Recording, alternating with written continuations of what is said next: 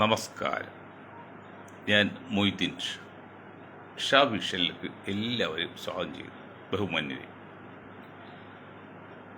നാളെ ചതയ ദിനമാണ്. ഇത് ഗുരുദേവൻ്റെ ജന്മദിനമാണ്. അതുപോലെ മറ്റൊരു ജന്മദിനമാണ് മമ്മൂട്ടി അവരുടെ ജന്മദിനം. രണ്ട് ജന്മദിനങ്ങളും നമ്മൾ ആശംസ നേരുന്നു. അതിന് മുൻപായിട്ട് ഒരു കാര്യം പറഞ്ഞുകൊണ്ട് നമുക്ക് തുടങ്ങാം.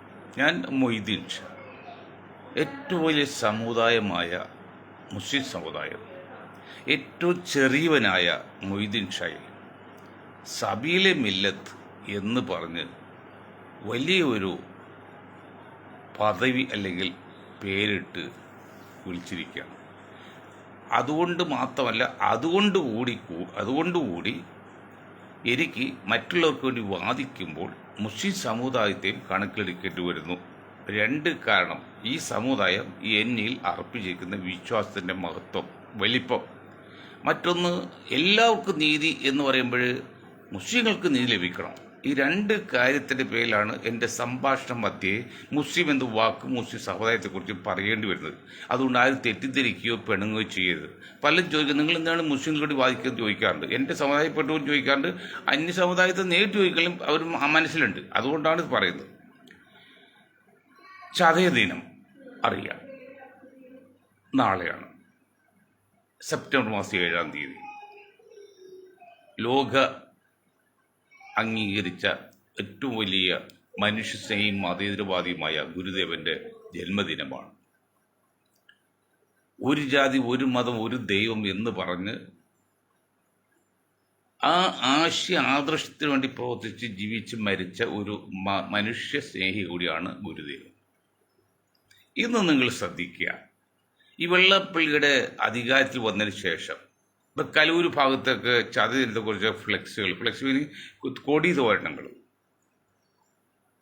അതിലെന്താണ് ഒരു ജാതി ഒരു മതവും ദൈവം ചില ഇംഗ്ലീഷ് മരുന്നുകളിലൊക്കെ ചില അഭിപ്രായങ്ങളും അവർ ചില നിർദ്ദേശങ്ങളൊക്കെ കൊടുത്തിട്ടുണ്ട്. അത് വായിച്ചോങ്കിൽ ഭൂതക്കണ്ണാടി വേണം. അതുപോലെ ഒരു എംബ്ലം മാത്രമായി അതമ്പതിച്ചു. പണ്ട് ഒരു ജാതി ഒരു മതം ഒരു ദൈവം എന്നുള്ള വലിയ വിഷയമായത്, വലിയ വാർത്തയത്, വലിയ മാറ്ററായിരുന്നു. ഇന്നത് കേവലം ഒരു എംബ്ലമായിട്ട് നമ്മൾ ഭൂതക്കണ്ണാടി വെച്ച് നോക്കിയാലാണ് അത് അറിയാൻ പറ്റും എന്താ ചെയ്തുള്ളൂ. ഞാൻ കുറേ നേരം നിന്ന് വീക്ഷിച്ചത്. അപ്പം നമ്മുടെ ഈ സമുദായം, ഈ ഈഴവ സമുദായം, അല്ലെ ഈഴവ ഒരു ജാതി ഒരു മതം ഒരു ദൈവം എന്ന് പറയുന്ന ഗുരുദേവൻ്റെ ആ ചിന്താഗതിക്ക് എന്ത് പറ്റിയെന്ന് പണ്ട് പറയും. ഇസ്രായേലിന് ചുറ്റും പലസ്തീനായിരുന്നു, ഇന്നിപ്പോൾ പലസ്തീന് ചുറ്റും ഇസ്രായേലായി. സത്യമാണത്, നമ്മൾ ചിത്രം കാണാമല്ലോ. അതുപോലെ ഒരു ജാതി ഒരു മതം എന്നുള്ളത് ഒരു എംബ്ലമായിട്ട് വെച്ചാൽ അടയാളം അല്ലെങ്കിൽ സൈൻ ബോർഡ് ആയി അതമ്പതിച്ച് ബാക്കിയെല്ലാം ജാതി രാഷ്ട്രീയമായി. ഇത്രയും മഹത്തും ബൃഹത്തുമായ ഒരു തത്വശാസ്ത്രത്തെ വെള്ളാപ്പള്ളി അധികാരത്തിൽ ഏറ്റതിന് ശേഷം എങ്ങനെയാണ് അതിൻ്റെ സംഘവൽക്കരണത്തിൻ്റെ സമുദായത്തിലേക്ക് വാദികളുടെ പിടിയിൽപ്പെട്ടെന്ന് ചിന്തിക്കണം. ഇത്രയും നീചവും നിഷ്ഠൂരവും നിഷ്കരുണമായ രീതിയിൽ ഒരു വലിയൊരു സമുദായത്തെ വെള്ളാപ്പള്ളി പരസ്യമായിട്ട് വ്യക്തമായിട്ടും ആക്ഷേപിച്ചുകൊണ്ടിരിക്കെ, ദിനദിനന്തരം ആക്ഷേപിച്ചുകൊണ്ടിരിക്കെ, അങ്ങനെ ആക്ഷേപിക്കുന്ന വെള്ളാപ്പള്ളിയെ ഉത്തരോത്തരവും വളർത്തിക്കൊണ്ടുവരികയും സ്വാഗതം ചെയ്യുകയും ചെയ്യുന്ന നമ്മുടെ മുഖ്യമന്ത്രി, നമ്മുടെ പിണറായി സഖാവ് നിങ്ങൾ എന്താണ് കാണുന്നത്? വെള്ളാപ്പള്ളി നിങ്ങൾ എന്താണ് ഇത്? ഈഴവ സമുദായത്തിൽ ഞാൻ പറഞ്ഞു 23% വരുന്ന ഈഴവ സമുദായത്തിൽ അത് തന്നെ 90% വോട്ട് LDF കിട്ടും. അത് വെള്ളാപ്പള്ളിയുടെ കഴിവുകൊണ്ടല്ല. അതാ ഈഴവ സമുദായം മന്നത്ത് പത്മാവജി പറഞ്ഞ പോലെ ജനിച്ച ചോനും പിഴച്ച നായരും നശിച്ച മാപ്പിളയും നമ്മൾ ക്രിസ്ത്യാനി മുസ്ലിം ആകാം, ഇവർ കമ്മ്യൂണിസ്റ്റാണ് എന്ന് പണ്ട് മന്നത്തിജി പറഞ്ഞിട്ടുണ്ട്. അവർ ജനിച്ച ഈഴവൻ കമ്മ്യൂണിസ്റ്റാണെന്നേ, അത് മാറ്റം വന്നിട്ടില്ല. അത് വെള്ളാപ്പള്ളിയുടെയോ അല്ലെങ്കിൽ അല്ല, അപ്പൊ എന്നിട്ടും ഒരു 10% പോലും ഈഴവര് പിന്തുണയില്ലാത്ത വെള്ളാപ്പള്ളി അദ്ദേഹത്തിന്റെ ആ മുഷ്ടി മർക്കട ബുദ്ധിയും വക്രബുദ്ധിയും കൊണ്ട് പിടിച്ചു നിൽക്കുന്നത് ജനാധിപത്യത്തെ കശാപ്പ് ചെയ്ത് വെറും നോമിനേഷൻ രീതിയിൽ കൂടി SNDP മുന്നോട്ട് പോകുന്നു ഓരോ കൊല്ലവും. ഇപ്പൊ പുള്ളിക്കാരന് ഇനിയും SNDPയുടെ പ്രസിഡന്റായി നിൽക്കണം, അല്ലെങ്കിൽ സെക്രട്ടറി ആയിട്ട് നിൽക്കണം. അതിന് ഈഴ വിഭാഗത്ത് തികച്ചും വർഗീയ വിഷവായി വെള്ളപ്പള്ളിക്ക് അനുകൂലമായിട്ട് പറഞ്ഞ് തെരഞ്ഞെടുപ്പ് നടത്തും. അതാണ് ഉദ്ദേശം. അതിന് മുഖ്യമന്ത്രി പിണറായി സപ്പോർട്ട് ചെയ്യണം. നാളെ പിണറായി അധികാരത്തിൽ നിന്ന് മാറുകയും വെള്ളപ്പള്ളി ജനറൽ സെക്രട്ടറി സ്ഥാനത്ത് നിന്ന് മാറിച്ചാൽ പിറ്റേ ദിവസം വെള്ളപ്പള്ളി അകത്താണ്. അതെല്ലാവർക്കും അറിയാം, അത് പിണറായിക്ക് അറിയാം, വെള്ളാപ്പള്ളിക്ക് അറിയാം. അതുകൊണ്ടാണ് ഇങ്ങനെ ചെയ്തത്. ഏതായാലും പിണറായിക്ക് ഒരു കാര്യം മനസ്സിലായി. എൻ്റെ ഈ സംഭാഷണം മുഴുവൻ ഞാനല്ലേ മുഖ്യമന്ത്രി പിണറായി സഖാവിൻ്റെ പ്രിയയുടെ നേരിട്ടെത്തുന്നുണ്ട്. ഇന്നലെ ഞാൻ പറഞ്ഞല്ലോ കുന്നംകുളത്തെ സംഭവം. അത് ഈ ഞാൻ പറഞ്ഞ LDF ഗവൺമെൻറ് താഴെ ഇറങ്ങുകയും UDF ഗവൺമെൻറ് നിലനിർത്തി ചെയ്യുന്നൊരു വലിയ ടാസ്ക്കാണ് ഞങ്ങൾ ഏറ്റെടുത്തിരിക്കുന്നത്. അതിന് പല കാരണങ്ങളും ഞാൻ പറഞ്ഞത്. എങ്കിലും അത് ന്യായമായ രീതിയിൽ വോട്ട് ചെയ്യിക്കണം. തന്ത്രമായിട്ടും കൊടുക്കുകയും പോരുത്. പണ്ട് ആനയുടെ കാലത്ത് സംഘപരിവാറിന് ആനയുടെ പ്രിയായിട്ടുണ്ടായത്. അയാൾക്ക് പോലീസ് നിയന്ത്രിച്ച് കിള്ളി എന്ന സ്ഥലം കൊല്ലത്ത് കൊണ്ടുപോയി ബൂട്ടിട്ട പോലീസുകാർ ഇന്ന് രാത്രിയുടെ മറവിൽ നിരപരാധികളെ മുസ്ലിം സമുദായത്തെ ഒരു കോളനി മുഴുവൻ ആക്രമിച്ചു. അതിൻ്റെ കൂടിയാണ് അന്ന് ഭരണം പോയത്. പിന്നെ ചാരാതികൾ പറയുന്നുണ്ട്. അതുപോലെ കുന്നംകുളത്തെ പോലീസുകാരൻ അതിൽ ഈ കോൺഗ്രസിൻ്റെ അല്ലെങ്കിൽ ഒരു വിങ്ങും ഈ പോലീസ് കൂടി ഒത്തിട്ടില്ലേ എന്ന് എൻ്റെ പിണറായിക്ക് നിങ്ങളുടെ രഹസ്യ വിഭാഗം ഉണ്ടല്ലോ, വളരെ ശക്തമാണല്ലോ കേരള പോലീസ് രഹസ്യ വിഭാഗം. അത് പിണറായിയുടെ പോലീസല്ല, കേരളത്തിലെ പോലീസാണ്. അല്ല ധൈര്യ പിണറായിയുടെ ഒന്നും അല്ല, ഉമ്മൻചാണ്ടി ഒന്നല്ല. അതൊരു സ്ഥിര സമയമാണ്. ആ രഹസ്യ പോലീസ് അറിയാമല്ലോ. അങ്ങനെ രണ്ടുപേര് തമ്മിൽ പരസ്പരം ചർച്ച ചെയ്യുകയും വഴക്കുണ്ടാക്കുകയും അവിടെ പോലീസ് ഇടപെടുകയും അതിൽ മധ്യസ്ഥരായിട്ട് ഒരു യൂത്ത് കോൺഗ്രസ് വരികയും അദ്ദേഹത്തെ അകാരണമായിട്ട് കോളനി പിടിച്ച് കൊണ്ടുപോയി ജയിൽ ലോക്കപ്പിടുകയും നടത്തുകയും ചെയ്തപ്പോഴേ ഇതൊരു ഒത്തുകളിയല്ലേ എന്ന് ഇതൊരു മനഃശാസ്ത്ര കൂട്ടായ്മയാണ്. ആ മനഃശാസ്ത്ര കൂട്ടായ്മയാണ് ഞങ്ങളുടെ ബുദ്ധിജീവികൾ പറഞ്ഞത് ഇതൊരു ഒത്തുകളിയല്ലേ എന്നാണ്. കോൺഗ്രസിലെ ഒരു വിഭാഗം, എല്ലാവരും ഒരു വിഭാഗവും ഈ പിണറായി അതേ പ്രവർത്തിക്ക് പോലീസും കൂടി ഒത്തുകളിച്ചല്ലേ ഈ പ്രശ്നം ഉണ്ടാക്കിയത്. പക്ഷേ അത് നിങ്ങൾ കണ്ടുപിടിക്കണം. നിങ്ങൾക്ക് സംവിധാനമുണ്ട്. നിങ്ങളുടെ രഹസ്യാന്വേഷണ വിങ്ങെന്ന് ഉടരട്ടെ. നീ ഇപ്പോ ഇടുക്കിയിൽ എയർ ക്യാമ്പില് ഒരു വിറോസോ ഷിഹാബ് ഏതോ ഒരു വീട്ടിലോ കടയിൽ നിന്നിട്ട് 10 മാങ്ങ ചോദിക്കായിരുന്നു. കളവെന്ന് പറയാൻ പറ്റില്ല. അതിന് പേരിൽ അദ്ദേഹം ജോലി ചെയ്ത് പുറത്തു വിട്ടില്ലല്ലോ. ഇത് കരുതി കൂട്ടി ഒരു നിരപരാധിയെ തല്ലിയത് ശരിയായി ഒത്തുകളി അല്ലെങ്കിൽ നിരപരാധിയെ തല്ലിയിട്ട് വെറും സസ്പെൻഡിലോ ശിക്ഷ പോരാ, പുറത്തേക്കണം. ഏതായാലും ഇപ്പോൾ രഹസ്യ അന്വേഷണ വകുപ്പിൻ്റെ വിദഗ്ധമായ ഇടപെടലുകൊണ്ട് നമ്മുടെ പോലീസിന് നിർദ്ദേശം കിട്ടിയത് അദ്ദേഹത്തെ പിരിച്ചുവിടാമെന്നാണ്. അപ്പോൾ ഇന്നലെ നാളെ ഓണം കഴിഞ്ഞ് നാളെ ഇപ്പോൾ പിരിച്ചുവിട്ടേക്കാം. അങ്ങനെയൊക്കെ മുന്നോട്ട് പോയാൽ നിങ്ങൾക്കിടെ നിലനിൽപ്പിന് കുറച്ചുകൂടി വ്യക്തമാകും. അല്ലെങ്കിൽ നിങ്ങൾ ആപത്തിൽ പോകും. പിന്നെ പിണറായി ഇനി നമുക്ക് പറയാനുള്ളത് ഈ കോൺഗ്രസിൻ്റെ കാര്യമാണ്. പറയാതിരിക്കാൻ വയ്യ. എനിക്ക് കോൺഗ്രസിനെ സപ്പോർട്ട്, കോൺഗ്രസിൻ്റെ പണമൊന്നും ഞാൻ വാങ്ങിക്കുന്നില്ല, അറിയില്ല. സഖാക്കളുടെ പണവും വാങ്ങിക്കുന്നില്ല. നിഷ്പക്ഷമായിട്ടും നിർഭയമായിട്ടും സ്വതന്ത്രമായി ചിന്തിക്കുന്ന ഒരു പ്രസ്ഥാനമാണ് ഞങ്ങളുടെ പാർട്ടി, ഞങ്ങളുടെ ഈ ചാനലും. അതായത് ഇപ്പോൾ കൊടിക്കുന്നിൽ സുരേഷ് വെള്ളാപ്പള്ളിയുടെ യോഗത്തിൽ ഗുരുദേവന്റെ ചടങ്ങാണ്. അതിൽ എത്ര മെഴുകി എന്ന് വെച്ചാൽ എത്ര ചേർന്നാണ് പ്രവർത്തിക്കുന്നത്. എടോ പിന്നെ കൊടിക്കുന്ന് സുരേഷേ, നിങ്ങളുടെ മണ്ഡലത്തിൽ നിങ്ങൾക്ക് ജയിക്കാൻ മുസ്ലിം വോട്ട് ആവശ്യമില്ല എന്നുള്ള സത്യമാണ്. ശ്രദ്ധിച്ച് കേൾക്കണം. കൊടിക്കുൽ സുരേഷും തിരുവഞ്ചൂർ രാധാകൃഷ്ണനും രമേശ് ചെന്നിത്തലയുടെ വാർഡിൽ ജയിക്കാൻ മുസ്ലിം വോട്ടിൻ്റെ ആവശ്യമില്ല. തിരുവഞ്ചൂർ രാധാകൃഷ്ണൻ വാർഡിൽ ജയിക്കാൻ മുസ്ലിങ്ങൾ വോട്ട് ആവശ്യമില്ല. അവിടെ നിന്ന് മുസ്ലിങ്ങൾ അധികം ഉള്ളതല്ല, വളരെ കുറച്ചുള്ളൂ. പക്ഷേ നിങ്ങൾ 3 ആളും ജയിച്ചാൽ പോരല്ലോ, 71 സീറ്റ് കിട്ടണ്ടേ? അതാ ഞാൻ പറഞ്ഞത്. പണ്ട് രാഹുൽ ഗാന്ധിയോട് പറഞ്ഞത് 543 സീറ്റുള്ള ഇന്ത്യൻ പാർലമെന്റിലേക്ക് മുസ്ലിങ്ങൾ മാത്രമല്ല മുസ്ലിം ലീഗിന്റെ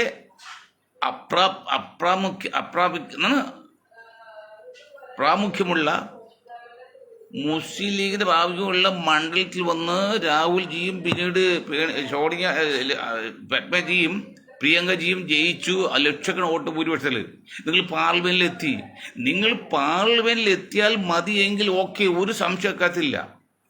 പക്ഷെ നിങ്ങൾ ജയിത്തിയാൽ പോരാ. 541 പകുതി 271, അരയില്ലാതെ 772, 272 സീറ്റ് കിട്ടിയാൽ മാത്രമേ നിങ്ങൾക്ക് ഭരിക്കാൻ പറ്റുള്ളൂ. പക്ഷെ നിങ്ങൾ വയനാട് വന്ന മുസ്ലിം തൊപ്പിയും താടിയും പൊടിയും കാണിച്ച് വന്നതിൻ്റെ ഭാരമാണ് കഴിഞ്ഞ മുമ്പിലത്തെ പാർലമെന്റ് ഇലക്ഷനിൽ 100ഓളം സീറ്റുകൾ നിങ്ങൾക്ക് കോൺഗ്രസ് മുന്നണിക്ക് പോയിന്നേ. അത് നിങ്ങൾക്ക് മനസ്സിലാവില്ല എന്തുകൊണ്ടാണ്. അവിടെയാണ് നിങ്ങളുടെ തെറ്റ്, കോൺഗ്രസ് തെറ്റ്, രാഹുൽജി തെറ്റ്. ഇപ്പം രണ്ടാമത് വന്നപ്പോൾ അന്ന് ആരും കൊടിച്ചിഹ്നം വെച്ചില്ല. നട്ടില്ലാത്ത മുസ്ലിം ലീഗുകാർ കോൺഗ്രസിൻ്റെ ചിഹ്നം, രാഹുലിൻ്റെ ചിഹ്നം വെച്ച് ഫോട്ടോ വെച്ചാൽ വേറെ ഒരു കൊടി ഉപയോഗിച്ചു, കോൺഗ്രസ് കൊടികൾ ഉപയോഗിച്ചില്ല. കാരണം അവർ തെറ്റാന്ന് മനസ്സിലായി. അങ്ങനെയാണെങ്കിൽ എന്താ ചെയ്യേണ്ടത്? നിങ്ങളെ പേര് മാറ്റിയിട്ട് ദേശീയതായിൽ നിൽക്കണം. അതിലേക്ക് ഞാൻ കടക്കാം. അപ്പൊ ഇങ്ങനെ വരുമ്പോൾ ഇതുപോലെ തിരുവഞ്ചൂരിനോട് പറയാനുള്ളത്, തിരുവഞ്ചൂരിന് ജയിക്കാൻ മുസ്ലിങ്ങളുടെ സപ്പോർട്ട് അവിടെ ആവശ്യമില്ല. രമേശ് ജയിക്കാൻ അവിടെ ആവശ്യമില്ല. കൊടിക്കുന്നിൽ ആവശ്യമില്ല. നിങ്ങൾ 3 ആൾ മാത്രം ജയിച്ചാൽ മതിയെങ്കിൽ നിങ്ങൾ ഇപ്പൊ കാണിക്കുന്ന വൃത്തിയുടെ ഒരു കുഴപ്പമില്ല. പക്ഷേ ബാക്കി 271 സീറ്റിൽ 3 സീറ്റും പോയി പിന്നെ 68 സീറ്റിലും കൂടി ജയിച്ചാലേ നിങ്ങൾക്ക് ഭരിക്കാൻ പറ്റുള്ളൂ. Minimum 7 seat. ആ 68 സീറ്റിൽ 50 സീറ്റിലും മുസ്ലിങ്ങളോട് തീരുമാനിക്കണം ആര് ജയിക്കണം എന്നുള്ളത്. ഇത് പൊള്ളാടിക്കുന്ന കാര്യമല്ല. ഞാൻ എൻ്റെ സമുദായത്തിന് വേണ്ടി ബാധിക്കല്ല. അവർക്ക് നീതി ലഭിക്കണം. മറ്റുള്ളവർ കിട്ടുമ്പോൾ അവർക്ക് നീതി ലഭിക്കണം. ഇപ്പം ഞാൻ എറണാകുളം ജില്ലയിൽ 30% മുസ്ലിങ്ങളുണ്ട്. പക്ഷേ ഐബിയുടെ വാർഡിൽ എറണാകുളം പാർലമെന്റ് സീറ്റിൽ അത്ര സീറ്റ് മുസ്ലിങ്ങളില്ല. അത്ര 10-14% ഇട്ടുള്ളവർ. അതുകൊണ്ട് വെള്ളപ്പള്ളി കെട്ടിപ്പിടിച്ച് ഉമ്മ വെച്ചാൽ ഒരു കുഴപ്പമില്ല, ഐബിയുടെ തടസ്സപ്പെടില്ല. പക്ഷേ ഐബിയുടെ മാത്രം ജയിച്ചാൽ മതിയോ? അവിടെ ശ്രദ്ധിക്കണ്ടേ, 20 സീറ്റിൽ ജയിക്കണ്ടേ കേരളത്തിൽ നിന്ന്. 20 സീറ്റിലും 18 സീറ്റിലും മുസ്ലിങ്ങളും കൂടി ഒപ്പോട്ടില്ല, ജയിക്കാൻ പറ്റില്ല. നിങ്ങൾ ഒരു കാര്യം പ്രത്യേകം മനസ്സിലാക്കണം. ഒരാള് തോൽപ്പിക്കണമെന്ന് മുസ്ലിം സമുദായം വിചാരിച്ചാൽ കേരളത്തിന്റെ 70% സീറ്റിലും തോൽപ്പിക്കാൻ പറ്റും. പക്ഷെ ജയിപ്പിക്കാൻ പറ്റില്ലായിരിക്കും, തോൽപ്പിക്കാൻ പറ്റും. അതുകൊണ്ട് അഭ്യാസമൊന്നും കാണിക്കണ്ട. നിങ്ങൾ മുസ്ലിം സമുദായത്തിന് ന്യായമായിട്ട് കിട്ടേണ്ട അർഹമായ സ്ഥാനമാനങ്ങൾ കൊടുത്തേ തീരൂ, അല്ലെങ്കിൽ അപകടമാണ്. വെള്ളപ്പള്ളി ഇത്രയും നീചമായ രീതിയിൽ പരസ്യമായിട്ട് ലീഗിനല്ല വെള്ളപ്പള്ളി മുസ്ലിം സമുദായത്തെയാണ്. കേരളത്തിൽ 40% വരുന്ന മുസ്ലിം സമുദായത്തെ ഇത്രയും നീചവും നികൃഷ്ടമായ രീതിയിൽ, നിഷ്ഠൂരമായ രീതിയിൽ, ദുഷ്കരമായ രീതിയിൽ വെള്ളപ്പള്ളി എന്ന SNDPയുടെ സെക്രട്ടറി, വെള്ളപ്പള്ളി നടേശ് എന്തും പറയാം. പക്ഷെ SNDPയുടെ സെക്രട്ടറി പറയാൻ ഞങ്ങൾക്ക് വിഷമം. പണ്ട് RSSകാർ പറഞ്ഞേ മദ്രി സാഹിബ് PM വേലായുധനെ കൊണ്ടുവന്നു. PM വേലായുധം കയറി സ്റ്റേജിൽ കയറി ഹിന്ദുക്കൾക്കെതിരെ, സംഘപരിവാറിനെതിരെ പ്രസംഗിച്ചാൽ ഞങ്ങൾക്ക് വിഷമമുണ്ട്. പക്ഷെ PM വേലായുധ വേരുവാരി ആയില്ലോ, മുഹമ്മദ് ആയിക്കാൽ പിന്നെ ഞങ്ങൾ വിഷയമല്ല. ഏതൊരു മുഹമ്മദ് കയറി സ്റ്റേജിൽ എന്തുവാ ഞങ്ങൾ ബാധിക്കില്ല. അതുപോലെ വെള്ളപ്പള്ളി നടേശൻ എന്ത് പറഞ്ഞാലും ഇവിടെ വിഷയമല്ല. പക്ഷെ അദ്ദേഹം പറയുന്ന കെയർ ഓഫ്, അപ്പോൾ പിണറായി വിജയൻ എന്തോ ഒരു വിഷയമല്ല. പക്ഷെ അദ്ദേഹം പറയുന്ന കെയർ ഓഫ് ഒന്ന് CMന്റെ സ്ഥാനത്ത് നിന്നാണ്, ഒന്ന് SNDPയുടെ സെക്രട്ടറി സ്ഥാനത്ത് നിന്നാണ്. അവിടെയാണ് ഞങ്ങൾക്ക് വിഷയം. എന്നിട്ട് യാതൊരു കൂസുമില്ലാത്ത ഈ നെറികെട്ട വൃത്തികെട്ട കോൺഗ്രസ് നേതാക്കളുടെ കൊടിക്കുന്നിലൊക്കെ കെട്ടിപ്പിടിച്ച് പോകണ്ടില്ലേ? ഒരു വാക്ക് നിങ്ങൾ ചോദിച്ചോ, എന്താണ് വെള്ളപ്പള്ളി ചേട്ടാ അങ്ങനെ ഒരു സമുദായത്തെ അടിച്ച് ആക്ഷേപിക്കുന്നത് അകാരണമായിട്ട്, യാതൊരു കാര്യമില്ലാതെ? ചോദിച്ചില്ല മാത്രമല്ല, കെട്ടിപ്പിടിക്കുകയാണ്. ഒരറ്റത്ത് പിണറായി വിജയൻ കെട്ടിപ്പിടിക്കുന്നു, അപ്പോൾ ഇയാളും കെട്ടിപ്പിടിക്കണ്ടേ? എടോ, പിണറായി വിജയനോട് ഞാൻ ഈ കൊടിക്കുന്നിൽ പറയാണ്, ഞാൻ നിങ്ങൾക്കൊരു കഥ പറയാം, ഒരു സംഭവം പറയാം, കഥയല്ല, ഒരു യാഥാർത്ഥ്യം പറയാം. ഒരു ഡൽഹിയിൽ നിന്ന് ഇറക്കി വന്ന ഒരു ആദിവാസി പെൺകുട്ടി ഉണ്ടായിരുന്നില്ല, പാട്ടുകാരി.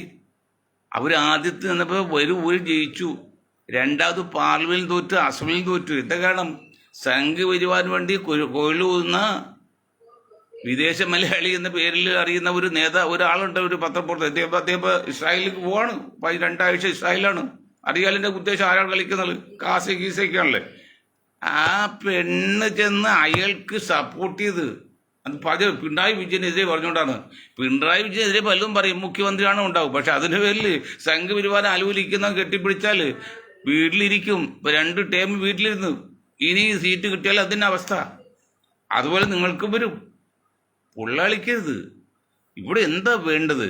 ഒന്നുകിൽ കളരിക്ക് പുറത്ത് കളിക്ക് കുറുപ്പ് നെച്ച് അതങ്ങോട്ട് മാറ്റിയിട്ട് കുറുപ്പിൻ്റെ നെഞ്ചത്ത് കൊള്ളാതെ കളരിക്ക് പുറത്ത് വീഴാതെ കളരിക്ക് അകത്ത് വീഴ്ത്തണം. അതാണ് ഇന്ത്യൻ മുസ്ലിങ്ങളുടെ രീതി. ഒന്നുകിൽ ചിലരുണ്ട് വലിയ തീവ്രവാദി, അല്ലെങ്കിൽ വെറും പൂച്ച പോലെ. രണ്ടും തെറ്റാണ്. തീവ്രവാദവും പൂച്ചയും നോക്കി രണ്ടും തെറ്റാണ്. പിന്നെ എന്താ ശരി? ഞാൻ പറഞ്ഞ കളരിക്ക് പുറത്തു പോകരുത്, കുറുപ്പം നെഞ്ചത്തും ആകരുത്. ഇപ്പം ഞങ്ങൾ ചെയ്യുന്ന നിലപാട് അതാണ്. ഇത് ദേശീയ ധാരയിൽ നിന്നുകൊണ്ട് മറ്റിതര സമുദായങ്ങളെ ബഹുമാനിച്ചും ആദരിച്ചുകൊണ്ട് ഞങ്ങൾ ഞങ്ങളുടെ കാര്യം പറയുന്നു. അതാണ് ഒരു മീഡിയം സ്റ്റൈൽ. എൻ്റെ പേരിൻ്റെ മീഡിയം എന്നാണല്ലോ, മീഡിയം ഷാ മീഡിയം കൂടിയാണ്. ആ മീഡിയം സ്റ്റൈലാണ്. ഏറ്റവും പറ്റി പറഞ്ഞാൽ മീഡിയം എന്നുള്ളത് ഒരു മധ്യവർത്തി, ഉന്നതമല്ല താഴെയല്ല. അതാണ് ലോകം അംഗീകരിച്ചിരിക്കുന്നത്. അപ്പോൾ ഇത്രയും അപകടം പറ്റി കോൺഗ്രസ് ഇത്ര കണ്ട് താഴെ പോയി, വർഷങ്ങളായിട്ട് പോയി. എന്നിട്ടും ഈ കൊടിക്കുന്നിൽ സുരേഷിനൊക്കെ കേരളത്തിലെ അല്ലെങ്കിൽ ഇന്ത്യയിലെ രാഷ്ട്രീയ പശ്ചാത്തലമോ കേരളത്തിലെ മുസ്ലിം സമുദായത്തിൻ്റെ ശക്തി ഒന്നും ഇതുവരെ ഈ മനുഷ്യൻ മനസ്സിലായിട്ടില്ല. അതിലിപ്പോൾ മുഖ്യമന്ത്രിയാകും നടക്കുകയാണ്, ഇപ്പോൾ KPC പ്രസിഡന്റ് നടക്കുകയാണ്. ഇത് ഞാൻ ദളിതല്ലേ ഇരിക്കുക, തന്നൂടെ, എൻ്റെ അവകാശമല്ലേ. എന്തവകാശമോ? ദളിതിന് മുഖ്യമന്ത്രിയാണെന്ന് എന്ത് അവകാശം അവിടെ പറഞ്ഞിട്ടുണ്ട്? ദളിതിന് KPC പ്രസിഡന്റ് ആവുന്നത് പറഞ്ഞിട്ടുണ്ട്, മുസ്ലിം പ്രസിഡന്റ് ആവുന്നത് പറഞ്ഞിട്ടുണ്ട്, മുസ്ലിം മുഖ്യമന്ത്രി ആവുന്നുണ്ട്, അല്ലെങ്കിൽ നായർക്ക് മുഖ്യമന്ത്രി പറഞ്ഞിട്ടുണ്ട്. അങ്ങനെ പറഞ്ഞിട്ടൊന്നുമില്ല. പക്ഷെ ചില വസ്തുതകൾ മനസ്സിലാക്കുമ്പോൾ, കാര്യകാരണം ചിന്തിക്കുമ്പോൾ, പ്രാക്ടിക്കലായിട്ട് ചിന്തിക്കുമ്പോൾ ചില കോണുകളിലെ ആൾക്കാർ മുഖ്യമന്ത്രി ആകണം. അത് ശരിയാണ്. ഇവ തൊട്ടതിനും പിടിച്ചതിനും അഭിപ്രായം പറഞ്ഞ നമ്മുടെ, ഞാൻ വളരെ വ്യക്തമായിട്ട് പറയാണ്, പെണിങ്ങൽ കൊണ്ട് എണിങ്ങൽ. എനിക്ക് ഇവിടെ സിമ്പിൾ ആവശ്യമില്ല. നമ്മുടെ മുരളീധരൻ, മുരളീധരൻ, ഞാൻ ചോദിക്കട്ടെ, ഇവിടെ ഒരു KPC പ്രസിഡന്റ്, പ്രതിപക്ഷ നേതാവുണ്ട്. പിന്നെ തൊട്ടതിനും പിടിച്ചതിനൊക്കെ മുരളീധരന് അഭിപ്രായം പറയാൻ ആരവകാശം കൊടുത്തു? കരുണാകരൻ്റെ മകൻ എന്ന നിലയിലും ഒരു നായർ എന്ന നിലയിലും മൂന്നാമത് എന്ത് യോഗ്യതയോ മുരളീധരനുള്ളത്? നിങ്ങൾ പറയൂ. എത്ര നാൾ ജയിലിൽ കിടന്ന്, എത്ര നാൾ തല്ലുകൊണ്ട്, എത്ര സമരം ജയിച്ച്, ഈ പൗഡർ ഇട്ട് മേക്കപ്പ് ചെയ്ത് പോയി പ്രസംഗിക്കല്ലാതെ ജയിലിൽ കിടന്നിട്ടുണ്ടോ? അടി കൊണ്ടിട്ടുണ്ടോ? ഒരു തല്ലുകൊണ്ടിട്ടുണ്ടോ? ആവശ്യ സമയത്ത് കോൺഗ്രസ് ഇട്ടുകൊണ്ട് പോയതാണ് ഡിക്കൊക്കെ. അന്ന് അച്യുതാനന്ദം കൊള്ളുകൊണ്ടാണ്, അല്ലെങ്കിൽ LDF ആന്റണി പോലെ ഇടതുപക്ഷം പോയതിനെ അച്ഛൻ സമ്മതിച്ചില്ല. ആ മുരളീധരൻ വന്നിട്ട് തൊട്ടതിനും പിടിച്ചു അയാൾ അഭിപ്രായം പറയുന്നു. അറിയോ? ഇന്ത്യൻ നാഷണൽ കോൺഗ്രസ് മുരളീധരൻ ആരാണ്? അയാൾ KPC പ്രസിഡന്റാണെങ്കിൽ ഓക്കെ, പ്രതിപക്ഷ നേതാവാണെങ്കിൽ ഓക്കെ, മുൻ മുഖ്യമന്ത്രിയാണ് ഓക്കെ. ആകെ ഉള്ളു മുൻ മന്ത്രി എന്നുള്ള പറയാന്ന് മാത്രമേ ഉള്ളൂ, ജയിച്ചില്ലല്ലോ. പിന്നെ മുൻ KPC പ്രസിഡന്റാണ്. മുൻ KPC പ്രസിഡന്റുമാർക്ക് ഉത്തരം പറയ്ക്കുക അസലിൽപ്പെടെ എത്ര പേര് പോകുന്നു പറയണം. എന്തിനാത്? നിങ്ങൾ മാർക്സിസ്റ്റ് അല്ലെങ്കിൽ പറയുന്നുണ്ടോ? CPIയിൽ പറയുന്നുണ്ടോ? കേരള കോൺഗ്രസ് അല്ല മുസ്ലിം ലീഗിൽ പറയുന്നുണ്ടോ? മുസ്ലിം കുഞ്ഞാലിക്കുട്ടി പറയും, അല്ലെങ്കിൽ തങ്ങൾ പറയും. അത് നിങ്ങൾക്ക് അവകാശം എന്തേ? KPCC പ്രസിഡന്റ് നിലയിൽ ഇരിക്കെ, തെറ്റാകട്ടെ ശരിയാകട്ടെ, നല്ലവ ചീത്തയാകട്ടെ, പ്രതിപക്ഷ നേതാവ് ഇരിക്കെ നിങ്ങൾക്ക് എന്താണ് തൊട്ടിനും പിടിച്ചില്ല കോൺഗ്രസിന് അഭിപ്രായം പറയാൻ? നിങ്ങൾ ശ്രദ്ധിക്കണം, പാർട്ടി ശ്രദ്ധിക്കണം, അല്ലെങ്കിൽ അപകടമാണ്. ഉള്ളകളിച്ചാൽ നിങ്ങൾക്ക് നമ്മൾ ചന്തിലെ പൊടിയും തട്ടി നേരെ BJPയിലേക്ക് പോകാം. പ്രതിപക്ഷ ചേച്ചി പോയി, പെങ്ങൾ പോയി, നിങ്ങൾക്കും പോകാം. പക്ഷെ അല്ലാത്തൊരു വിഭാഗമുണ്ട് കേരളത്തിൽ, ഇന്ത്യയിലും. അവർക്കൊരു വിഷയമുണ്ട്. അവിടെ മുരളീധരൻ ആദ്യമായിട്ട് കാര്യം ചെയ്യാം, പാർട്ടിയുടെ ചട്ടക്കൂടിൽ നിന്നുകൊണ്ട് KPCC പ്രസിഡന്റ് പറയുന്ന കാര്യങ്ങളും പ്രതിപക്ഷ നേതാവ് പറയേണ്ട കാര്യത്തിൽ നിങ്ങൾ ഇടപെടരുത്. അല്ലെങ്കിൽ നിങ്ങൾ സ്പോക്സ്മാൻ ആയിരിക്കണം. പാർട്ടിയുടെ സ്പോക്സ്മാനാണോ? സ്പോക്സ്മാൻ ഒരു ചില കാര്യങ്ങൾ അഭിപ്രായം പറയാനുള്ള അവകാശമുണ്ട്. ഇതൊന്നുമില്ല. നിങ്ങൾ ആരാണ്? മുൻ KPCC പ്രസിഡന്റ് മാത്രമല്ലേ ഉള്ളൂ. മുൻ KPCC പ്രസിഡന്റ് ഇപ്പോൾ 10-30 പേരുണ്ട് ജീവിച്ചിരിക്കുന്നത്. അവരെല്ലാം വന്ന് ഓരോ അഭിപ്രായം പറഞ്ഞാൽ അത് കൂട്ടിവെക്കാൻ പറ്റില്ല. വ്യക്തിപരമായിട്ട് താങ്കളോട് ഒരു ഇഷ്ടക്കുറവുമില്ല, വലിയ കുഴപ്പക്കാരുമല്ല. പക്ഷെ നിങ്ങൾ അധികാര പരിധി കിടന്ന് ദുരുപയോഗം ചെയ്യുന്നു. അതിന് ശരിയല്ല എന്ന് പറയാൻ കോൺഗ്രസ് നട്ടിലോ നേതാവുണ്ടോ? ഈ KPCC പ്രസിഡന്റോട് പറഞ്ഞുകൂടാ? മിസ്റ്റർ മുരളീധരൻ, ഇവിടെ ഒരു KPCC പ്രസിഡന്റ് തെരഞ്ഞെടുത്ത അല്ലെങ്കിൽ നോമിനേറ്റ് KPCC പ്രസിഡന്റ് അല്ലെങ്കിൽ നോമിനേറ്റ് പ്രതിപക്ഷ നേതാവുണ്ട്. അവർ കാര്യങ്ങൾ അഭിപ്രായം പറയട്ടെ. നിങ്ങൾക്ക് പാർട്ടി യോഗങ്ങൾ വിളിച്ച് അവിടെ നിങ്ങൾക്ക് അഭിപ്രായം പറയാം. അല്ല പബ്ലിക് വന്ന് ആളെ ഉപദേശിക്കണം, ഇയാൾക്ക് ഉപദേശിക്കണം എന്നൊക്കെ പറയാൻ നിങ്ങൾക്ക് അവകാശം ചോദിക്കാൻ നട്ടില്ലുണ്ടോ? എന്താ കാരണം? സതീഷ് നട്ടില്ല. ഇപ്പോഴത്തെ KPC പ്രസിഡന്റായി വന്ന ആൾ വെറും പാവൻ നോമിനിയാണ്. ആരുടെക്ക് നോമിനിയാണ്. നട്ടില്ല, ഗഡ്സില്ല. ഇത് ഒരു ജിച്ച് പുസ്തകം ഉണ്ടായതിലൂടെ KPC വൈസ് പ്രസിഡന്റ് മന്ത്രികൾ അദ്ദേഹം പോലെയുള്ള ഒരു നേതാവാണെങ്കിലും ഇരിക്കണവിടെ എന്ന് പറയും. ഇന്നത്തെ സുപ്രീം കോടതിയിൽ ഇതിൻ്റെ എന്താണ് നമ്മളല്ലേ ഇലക്ഷൻ കമ്മീഷൻ ചെയർമാനല്ലേ അന്നോട് കളക്ടറായിരുന്നപ്പോഴേ ഇരിക്കട അവിടെ എന്ന് പറഞ്ഞാണ്. അങ്ങനെ ഗഡ്സ് കാണിക്കണം. അത് തൻ്റെ ഇടോ ജോർജ്, നമ്മുടെ വക്കീൽ സാറ് KPC പ്രസിഡന്റ്, അത് തൻ്റെ ഇടോ സതീഷ് എന്തുകൊണ്ട് ഒരു ഓക്കറിഞ്ഞൂടെ മുരളിയോട് പറഞ്ഞൂടെ? നിങ്ങൾ പ്രതിപക്ഷ നേതാവല്ലേ സാർ, ഇവിടെ കാര്യങ്ങൾ പറയാൻ ഞാൻ പ്രതിപക്ഷ നേതാവുണ്ട് തിരഞ്ഞെടുത്ത് തന്നെ, അല്ലെങ്കിൽ KPC പ്രസിഡന്റ്, അവർ പറയും. നിങ്ങൾ വന്ന് പാർട്ടി കാര്യങ്ങളുടെ അഭിപ്രായം പറയരുത്. നിങ്ങൾ ഏതെങ്കിലും മീറ്റിംഗ് വിളിച്ച പ്രസംഗിച്ചോ കമ്മിറ്റി വിളിച്ചോ അഭിപ്രായം പറഞ്ഞോ, നോ പ്രോബ്ലം. അത് മുരളീധരൻ മാത്രമല്ല, ആരും പറയാൻ പാടില്ല. വേറൊരു കാര്യം കൂടി പറയാം. ബാബു എന്തൊക്കെ പോരായികളിലും ആകെ ഒരു കോൺഗ്രസ് MLA ഉണ്ടായതാണ് ഈഴവ വിഭാഗത്തിൽ ബാബു. ഇപ്പം ആ സീറ്റ് ഇത്തവണ ഈഴവനോ കഴിഞ്ഞ് കൊടുത്തിട്ട് ഒരു പണിക്കറില്ലാത്ത പിഷാരിക്ക് കൊടുക്കുകയാണ്. പിഷാരിക്ക് കൊടുത്താൽ കുഴപ്പമൊന്നുമില്ല, പക്ഷെ ആകെ ഉണ്ടായത് ഒരു ഈഴവ സീറ്റാണ് തൃപ്പൂണിത്തുറ. അത് ദൈവം പിഷാരിക്ക് മുന്നോക്കിന് കൊടുത്തത്. ഇത് നിങ്ങൾ ഈഴവ സീറ്റ് എവിടെ കൊടുക്കും? 4-5 സീറ്റ് കൊടുത്താൽ എവിടെ കൊടുക്കും? ഇതൊക്കെയാണ് ചിന്തിക്കേണ്ട കാര്യം. ഈഴവർ ഒന്നും ചെയ്തില്ല. 90% LDFിൽ പോകുന്നതൊക്കെ ശരിയാണെങ്കിലും അവരെ ഇങ്ങോട്ട് വശീകരിക്കാനുള്ള എന്തെങ്കിലും മാർഗമുണ്ടോ? 10 ഈഴവ തെഞ്ഞിപ്പോയപ്പോഴേക്ക് മുഖ്യമന്ത്രി ഇടപെട്ട് പിന്നെ വെള്ളപ്പള്ളിയൊക്കെ കൂടെ താണ്ടില്ലേ? എന്ത് തെറ്റിയിട്ട് മിണ്ടാതെ സംബന്ധിച്ചത് അത് തന്ത്രമാണ്. നിങ്ങൾ കോൺഗ്രസ് പിഷാരിക്ക് തൃപ്പൂണിത്തുറ കൊടുക്കാൻ തീരുമാനിച്ചല്ലോ. പിന്നെ നിങ്ങൾ ആർക്ക് കൊടുക്കണോ? ഈഴവ വിഭാഗത്തിൽപ്പെട്ട 5-6 സീർക്ക് കേരളത്തിൽ എവിടെ കൊടുക്കുന്നത്? ആറ്റിങ്ങൾ നിൽക്കുമ്പോൾ കൊടുക്കുന്ന പിന്നെ എന്താണ് അടൂർ പ്രകാശ് ജയിക്കും. അടൂർ പ്രകാശ് എവിടെ നിന്നാലും ജയിക്കും. അതുകൊണ്ട് കാര്യമായില്ല പ്രകാശ് സാറേ, നിങ്ങൾ 70 വരെ ജയിപ്പിക്കണം. അവിടെയാണ് വിഷയം. എൻ്റെ വോട്ടിൻ്റെ പാറ്റേണിൽ പറഞ്ഞല്ലോ, വോട്ടിൻ്റെ പാറ്റേണിൽ ഞാൻ പറഞ്ഞു. ആ രീതിയിൽ വെച്ച് നോക്കുമ്പോൾ ഇതിങ്ങനെ ശരിയല്ല. അത് ഒരിക്കലും ഇനി ഒരു കാര്യം ലാസ്റ്റ് പറയാൻ നിർത്താം. ഒന്ന്, ബോംബെയിൽ വലിയൊരു സംഭവം ഉണ്ടാകും. 19 ലക്ഷം 1 കോടി ജനങ്ങളെ കൊല്ലുന്നു, 40 ടൺ ഇതൊക്കെ വന്നിട്ട് ഒരുത്തം പോലെ ആ മെസ്സേജ് അയച്ച ആള് ഒരു മുസ്ലിം ആയിരുന്നു. അതിൻ്റെ പേരിലൊരു ആശ്വാസമായി. അല്ലെങ്കിൽ എന്തായിരുന്നു ബോംബെയിൽ, മഹാരാഷ്ട്രയിൽ. ഇപ്പം ഞാൻ പറഞ്ഞല്ലേ, പൂവും മലരും ഒന്ന് കരുതിക്കുമെന്ന് പറഞ്ഞ ജയശങ്കർ വക്കീലെ, അത് 100% തെറ്റാണ്, ഒരു സംശയക്കാര്യത്തില്ല. പക്ഷേ അതിനേക്കാൾ ഗുരുതരമായ സംഘപരിവാർ പാർട്ടികൾ തലശ്ശേരി പട്ടണത്തിൽ വിളിച്ചൊരിതുണ്ടല്ലോ, കൈയും വെട്ടും കാലും വെട്ടിയോ തലയും വെട്ടും എന്ന് വെച്ചാൽ നീചമായ നികൃഷ്ടമായ രീതിയിൽ പ്രസംഗിച്ച് ആ ഒരു മുദ്രാവാക്യം.